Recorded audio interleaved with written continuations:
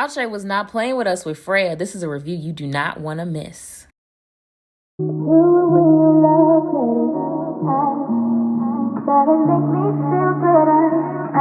So this is one of the new ones from the Outre Perfect Hairline. This is Freya, and I have her in the maple brown color. It is a 13x6 pre-plucked hairline, all that good stuff. You know how the Perfect Hairline does. They've been at it for a minute with these wigs. I absolutely love the Perfect Hairline. Like, they make great synthetic wigs to me. So it has a 13x6 frontal, as you see here. So the sides are narrow with that, but you get a lot of space to have a really long part. It also did have an adjustable strap, as you saw. And then, like I said, it is pre-plucked. And the lace is pretty transparent. Now, I did go in and pluck the unit off camera to make it a little bit more natural for me, because, you know, I like to go light with the baby hair to no baby hair at all. And then I am adding some tinted mousse. I got this from I got this from Nika P's website that she sells her tinted mousse on to tint the lace. And I really like using this a lot because, as I've discussed with you guys before in videos, I like using light lace tints because I feel like it doesn't get as cakey, doesn't, you know, leave you with a lot of residue and things when you are installing your wig. So I always try to go for like a light watery based tint. I hadn't brushed the hair since I plucked out the unit, so I had to go through and brush it out and get rid of all of the hair that was still in the unit that I had plucked.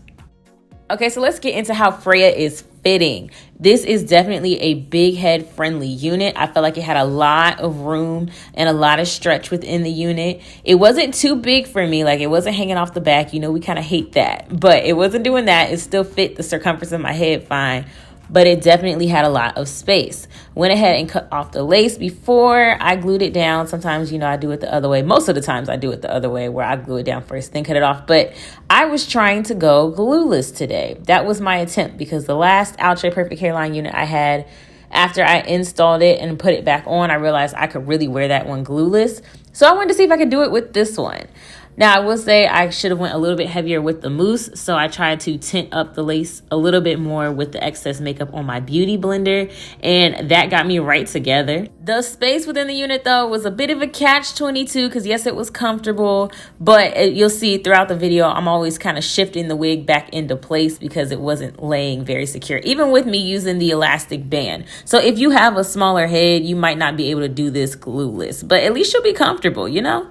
I decided to go with the middle part for this unit like it is on the box, and I noticed straight away that one side was a little bit more stubborn than the other. As you can see, it takes a little bit more elbow grease on one side than it did on the other side to get the sides to lay flat, but it wasn't hard to do at all. The hair took to heat really well, no melting issues, or sometimes, like, even if it doesn't melt, sometimes like heat can mess up the hair. No issues with that here. But homegirl is a tad bit of a tangler. Now, I mean, it is synthetic, so you can only expect so much. It was not bad. I wasn't irritated by it, because sometimes it can be irritating me when these wigs tangle too much, but it does tangle a bit, just so you know.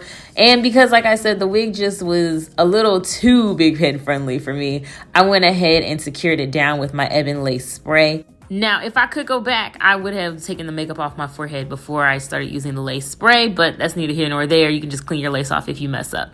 I also added a little bit of pressed powder into the part to make it blend, to cover that line of demarcation where my cap ends and you can see my hairline. The lace spray did the trick, got me nice and secure. You see that melt? Look like it's coming out the scalp. Now, the only real issue I took with this unit was the fact that one side's curls did not match the other side's curls exactly. And the lack of symmetry was throwing me off. That could be just me being picky, and I'm fine with that, but it was throwing me off. So I tried, you know me, Sheba scissor hands. I'm going to add some layers. Y'all already know, if you watch my channel, layers will probably happen. And I thought maybe that would disguise the lack of symmetry a little bit better.